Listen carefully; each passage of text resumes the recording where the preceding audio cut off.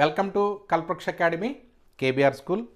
ఇవాళ క్లాస్లో మనం తెలుసుకోబోయేది ఇంటర్మీడియట్ ఫస్ట్ ఇయర్ కెమిస్ట్రీకి సంబంధించి రిపీటెడ్ 2 మార్క్స్కి సంబంధించినటువంటి డీటెయిల్స్ ఇవాళ మనం తెలుసుకోబోతున్నాం. అంతకుముందు కూడా మీకు రిపీటెడ్ 8 మార్క్స్ సంబంధించి అలాగే రిపీటెడ్ 4 మార్క్స్ క్వశ్చన్కి సంబంధించిన డీటెయిల్స్తో కూడినటువంటి వీడియోస్ మీకు చేయడం జరిగింది. ఇవాళ మనం 2 మార్క్ క్వశ్చన్కి సంబంధించినటువంటి రిపీటెడ్ క్వశ్చన్స్కి సంబంధించినటువంటి డీటెయిల్స్ ఇవాళ మనం తెలుసుకోబోతున్నాం. మన ఎగ్జామినేషన్కి సంబంధించి మనం వెళ్ళేటప్పుడు ప్రిపేర్ అయ్యే టైంలో మనకి గత ప్రశ్న పత్రాల యొక్క సంబంధించినటువంటి క్వశ్చన్స్ యొక్క సరళ ఏ రకంగా ఉంది, ఏ చాప్టర్ నుంచి మనకి ఏ క్వశ్చన్స్ వస్తాయనేది చాలా మనం గమనించుకోవాల్సిన అవసరం చాలా ఇంపార్టెంట్గా ఉంటుంది. అలాగే నేను అబ్జర్వ్ చేసినంత వరకు ఈ పర్టికులర్ క్వశ్చన్స్ అనేవి 2 మార్క్స్గా మనకి గత క్వశ్చన్ పేపర్స్లో రిపీటెడ్గా రావడం అనేది జరిగింది. దానికి సంబంధించిన డీటెయిల్స్ ఇవాళ మీకు ఇవ్వబోతున్నాను. అది chapter some basic concepts of chemistry అనే ఒక చాప్టర్ నుంచి ఒక 3 క్వశ్చన్స్ మనకి రిపీటెడ్గా రావడం జరుగుతూ ఉంటుంది. దీనికి సంబంధించి ఒకసారి డేటా చూస్తే first question, how many moles of glucose are present in 540 grams of glucose. ఈ క్వశ్చన్ రిపీటెడ్గా అడగడం జరుగుతుంది. 540 గ్రాముల గ్లూకోజు ఎన్ని మోలులు కలిగి ఉందనేది ఈ యొక్క క్వశ్చన్ యొక్క సారాంశం. దాన్ని మీరు ఫైండ్ అవుట్ చేయాల్సిన అవసరం ఉంటుంది. అలాగే రెండో question, calculate the weight of 0.1 mole of sodium carbonate. 0.1 mole కలిగినటువంటి సోడియం కార్బోనేట్ యొక్క భారాన్ని, వెయిట్ని క్యాలిక్యులేట్ చేయమనేది లెక్క యొక్క సారాంశం. అలాగే థర్డ్ క్వశ్చన్ కూడా మనకి చాలాసార్లు మనకి రిపీట్ అయింది. ఇది మీరు చాలా జాగ్రత్తగా చదువుకోవాల్సిన అవసరం ఉంటుంది. ఒకటి, the empirical formula of a compound is CH2O, its molecular mass is 90, calculate the molecular formula of the compound. మీరు ఫైండ్ అవుట్ చేయాల్సింది మాలిక్యులర్ ఫార్ములా, అణు ఫార్ములా ఫైండ్ అవుట్ చేయాలి. వారు ఇచ్చింది ఎంపెరికల్ ఫార్ములా ఇచ్చారు. ఎంపెరికల్ ఫార్ములా CH2O, దాని యొక్క molecular mass 90, దాని యొక్క అణుభారం 90. సో దీన్ని రిలేషన్ని బేస్ చేసుకుని మీరు మాలిక్యులర్ ఫార్ములాని మీరు ఈ యొక్క ఆన్సర్గా చెప్పాల్సి ఉంటుందన్నమాట.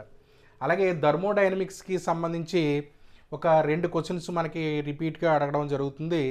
అది what are intensive and extensive properties. ఇవి ఒక క్వశ్చన్ రిపీట్గా వస్తుంది. అలాగే state the third law of thermodynamics సంబంధించినటువంటి లాస్ ఏవైతే ఫస్ట్, సెకండ్, థర్డ్, ఈ లాస్ 3 కూడా మనకి ఇంపార్టెంటే. కాకపోతే కొన్ని ఎక్కువ సార్లు అడిగిన క్వశ్చన్గా థర్డ్ లాని నేను అబ్జర్వ్ చేయడం జరిగింది. అది ఒకటి ఇంపార్టెంట్ క్వశ్చన్గా చెప్పొచ్చు, రిపీట్ క్వశ్చన్గా చెప్పొచ్చు. అలాగే ఈక్విలిబ్రియం చాప్టర్కి సంబంధించి what is homogeneous equilibrium, give 2 examples. సజాతీయ సమతా స్థితిని డిఫైన్ చేసి దానికి సంబంధించిన 2 ఎగ్జాంపుల్స్ రాయమనేది ఒక క్వశ్చన్ యొక్క సారాంశం. అలాగే రెండోది, what is heterogeneous equilibrium, give 2 examples. విజాతీయ సమతా స్థితి, దానికి సంబంధించిన 2 ఎగ్జాంపుల్స్. ఇది కూడా మనకి రిపీట్గా ఉన్నటువంటి క్వశ్చన్గా చెప్పొచ్చు.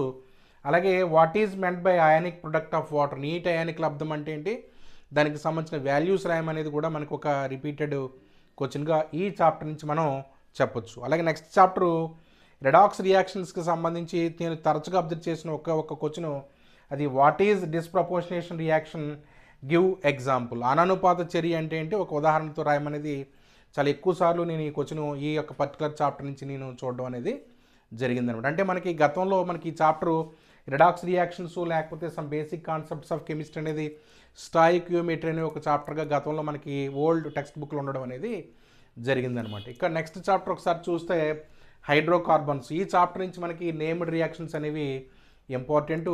అలాగే IUPAC కూడా మీరు ఆర్గానిక్ కెమిస్ట్రీ అది చూసుకోవాలి. ఇక్కడ ఈ పర్టికులర్ చాప్టర్కి సంబంధించి ఒక 3 క్వశ్చన్స్ నేను అబ్జర్వ్ చేసింది రిపీటెడ్గా వస్తాయని చూసాను. అది ఒకటి, what is Friedel Crafts alkylation reaction. Friedel Craft alkylation reaction సంబంధించినటువంటి దానికి సంబంధించినటువంటి డేటా అంటే డెఫినేషను, దానికి సంబంధించినటువంటి ఎగ్జాంపుల్ రాయాల్సి ఉంటుంది. అలాగే what is Wurtz reaction, give 1 example. Wurtz reaction, Wurtz చర్య అంటే ఏంటి, దానికి సంబంధించిన ఒక ఎగ్జాంపుల్. అలాగే explain Kolbe's electrolytic method with an example.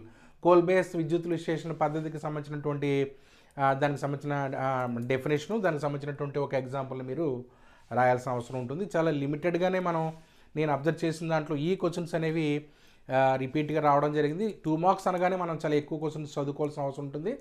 ఈ క్వశ్చన్స్ పైన కొంచెం మీరు ఎక్కువ శ్రద్ధ పెడితే మంచిదని నా యొక్క అభిప్రాయం. Thank you.